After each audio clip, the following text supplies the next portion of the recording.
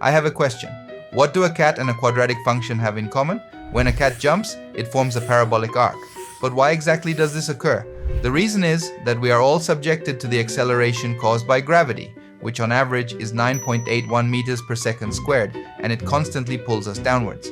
That's why it's usually considered negative. The acceleration is the derivative of the velocity. What this implies is that if we were to integrate the acceleration with respect to time, we would then obtain the velocity. Consequently, the cat's velocity would be equivalent to the acceleration multiplied by the time plus the constant of integration.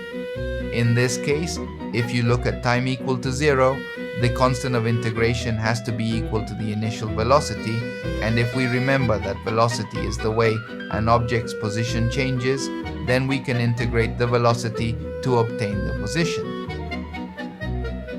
If we integrate the velocity, we would find that the position of this object will be equal to minus the gravitational acceleration, which is 9.81 meters per second squared, multiplied by time squared over 2, plus the initial velocity multiplied by time, plus the second integration constant.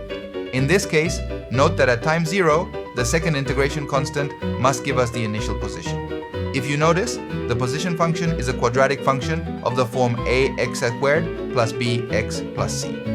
It's worth noting that we are neglecting air resistance, but in many cases, what we just did is quite valid.